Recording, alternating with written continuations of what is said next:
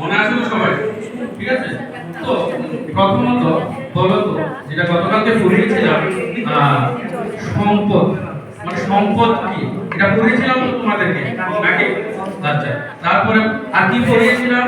সম্পদের শ্রেণী বিভাগগুলি গতকালকে পড়িয়েছিলাম। তোমরা পড়েছ এবং বাড়িতে পড়েছো তো? ঠিক আছে তো? ঠিক আছে, গুড। তো সম্পদ বলতে কি পড়িয়েছিলাম যদি কে বলো? সম্পদ হলো এবং সেবা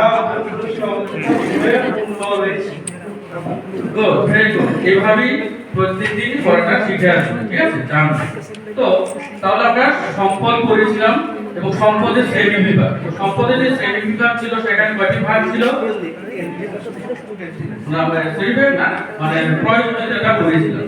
যে এটা উপযোগিতা, তিনটা প্রয়োজনীয়তা ছিল নাকি?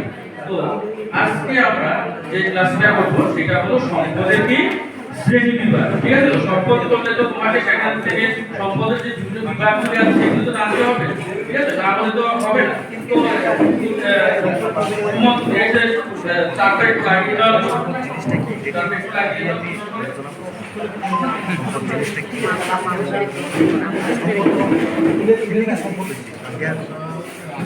একজন প্রশ্ন দাটা তো লাগানো হয়েছে, ঠিক আছে?